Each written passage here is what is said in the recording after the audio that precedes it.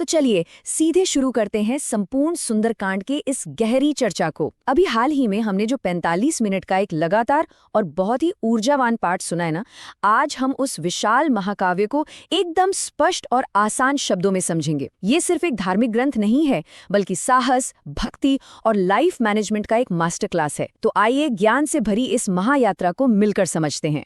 अवधी भाषा की उन खूबसूरत चौपाइयों को हम मुख्य रूप से इन 5 चरणों में बांट सकते हैं: लंका प्रस्थान, अशोक वाटिका, लंका दहन, विभीषण की शरण और अंत में समुद्र पर क्रोध। ये छोटा सा ढांचा हमें इस पूरी कथा की भव्यता को आसानी से समझने में बहुत मदद करेगा। तो बिना देरी किए पहले चरण पर आते हैं। पहला पड़ाव, लंका की ओर प्रस्थान। और कथा की शुरुआत ही होती है एक जबरदस्त एक्शन के साथ। ये वो ऐतिहासिक क्षण है जब हनुमान जी उस विशाल समुद्र को पार करने के लिए महेंद्र पर्वत से आकाश में छलांग लगाते हैं। सच कहूं तो ये सिर्फ एक छलांग नहीं थी, बल्कि अपनी ही सीमाओं को तोड़ने का एक बहुत बड़ा प्रतीक थी। अब रास्ते में रुकावटें तो आनी ही थी, है ना? लेकिन हनुमान जी ने उन्हें कैसे पार किया, वो बिल्कुल कमाल है। सबसे पहले उनका सामना हुआ सुरसा नाम की नाग माता से।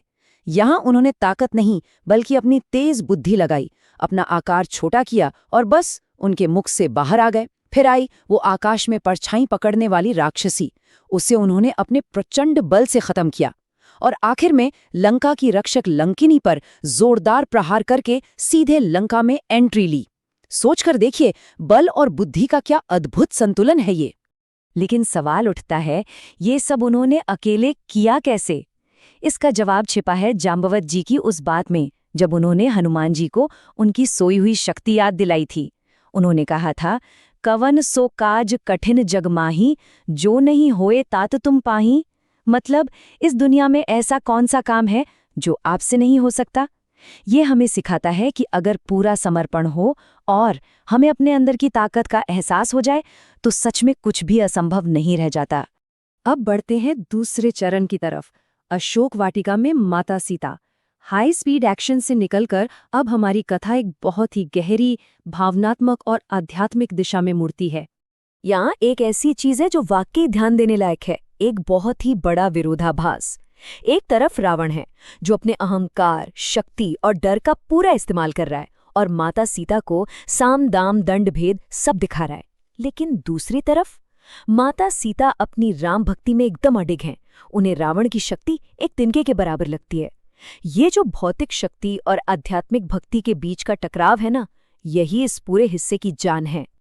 और उसी गहरे दुख और निराशा के बीच पेड़ की डाल पर छिपे हनुमान जी नीचे एक अंगूठी गिरा देते हैं, मुद्रिका मनोहर राम नाम अंकित। जैसे ही माता सीता उस राम नाम वाली अंगूठी को देखती हैं, सोचिए उनकी निराशा अचानक कितनी बड़ी उम्मीद में बदल गई होगी। हनुमान जी से एक छोटी सी चीज से साबित कर देते हैं कि वो कोई शत्रु नहीं, बल्कि श्रीराम के ही सच्चे दूत हैं। तीसरा भाग है लंका दहन और वापसी। अब यहाँ सबसे दिलचस्प बात यह है कि हनुमान जी सिर्फ अपना मैसेज देकर चुपचाप वहां से निकल नहीं गए। नहीं, उन्होंने सोचा कि क्यों ना जाते जाते दुश्मन की सैन्य शक्ति का थोड़ा आकलन भी कर लिया जाए, और ये सच में एक बड़ा साहसिक फैसला था। अपनी रणनीति के तहत उन्होंने पूरी अशोक वाटिका को उजाड़ दिया, राक्षसों से युद्ध किया, जिसमें रावण का बेटा अक्षय कुमार भी मारा गया। इसके बाद मेघनाद ने उन पर ब्रह्मास्त्र चला दिया। अब सच्चाई ये है कि हनुमान जी चाहते तो वहां से निकल सकते थे, पर उन्होंने ब्रह्मास्त्र के सम्मान में खुद को बंदी बन जाने दिया। क्यों? क्योंकि उनका मेन टारगेट था रावण के दरबार में जाना, उसकी आंखों में देखना और उसे आमने सामने चेतावनी देना। राज दरबार का वो दृश्य बहुत ही नाटकीय हो जाता है। हनुमान जी रावण को बिल्कुल सम्मान के साथ नीति समझाते हैं और सीता जी को लौटाने की सलाह देते हैं। लेकिन रावण, वो अपने अहंकार में इस कदर अंधा था कि उसने इस धर्मसम्मत सलाह का बस मजाक उड़ाया और गुस्से में आकर क्या आदेश दिया कि इस दूध की पूंछ में आग लगा दो। राक्षसों ने झटपट उनकी पूंछ में कपड़े लपेटे और आग लगा दी, पर इसके बाद जो हुआ वो इतिहास बन गया।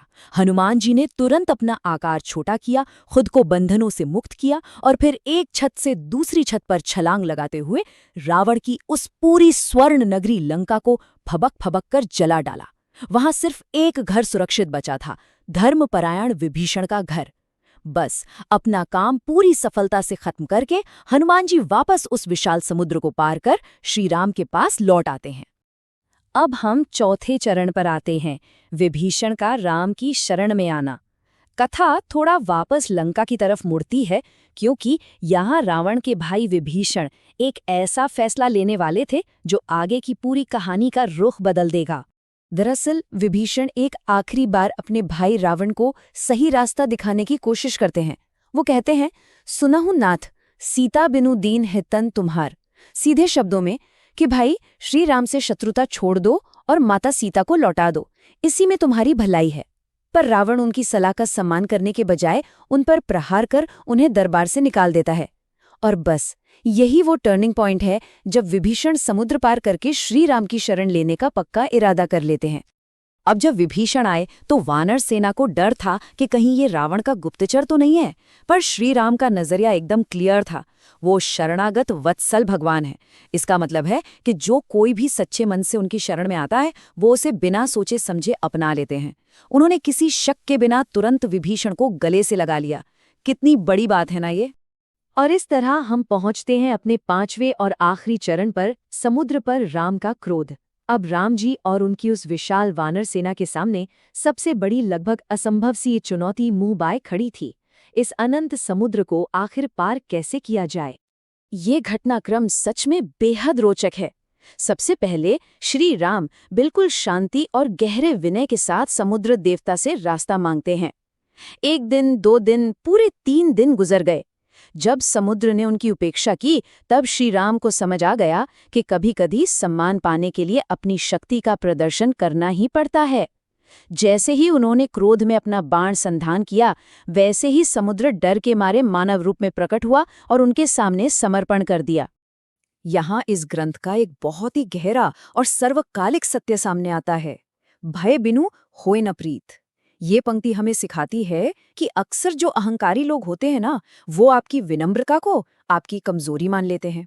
जहां बहुत ज्यादा अनुनय विनय से काम ना बने तो सामने वाले को अपनी ताकत का एहसास कराना जरूरी हो जाता है, तभी रास्ता खुलता है। क्षमा मांगते हुए स्वयं समुद्र ही इस प्रॉब्लम का सल्यूशन भी बताता है। वो श्री राम से कहता है कि आपकी सेना में नल और नील नाम के 2 भाई हैं, जिन्हें एक खास वरदान मिला हुआ है कि उनके स्पर्श से भारी पत्थर भी पानी पर तैर सकते हैं। और लीजिए, यहीं से उस अद्भुत और ऐतिहासिक राम सेतु के निर्माण का रास्ता साफ हो जाता है। तो दोस्तों, इन सभी घटनाओं को एक साथ जोड़कर जब हम देखते हैं तब समझ आता है कि सुंदरकांड इतना पूजनीय क्यों है। हनुमान जी के उस असाधारण साहस से लेकर श्री राम के अनुग्रह और शक्ति के उस जबरदस्त बैलेंस तक, ये पूरी की पूरी कथा हमें ड्यूटी, विनम्रता और एक मजबूत माइंडसेट सिखाने की पूरी मास्टर क्लास है। इसमें वाकई हर उम्र के लिए और आज की मॉडर्न लाइफ के लिए कमाल के मैनेजमेंट लेसन्स छिपे हैं। और जैसे जैसे हमारा ये विश्लेषण अपने अंत की ओर आता है, ये अपने पीछे सोचने के लिए एक बहुत ही मजबूत सवाल छोड़ जाता है।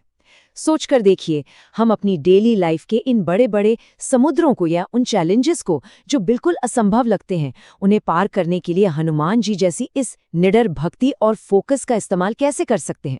इस बारे में जरूर विचार कीजिएगा, क्योंकि ये असीम शक्ति कहीं और नहीं, हम सबके अपने भीतर ही मौजूद है। इस ज्ञान की यात्रा में हमारे साथ जुड़ने के लिए आपका बहुत बहुत धन्यवाद।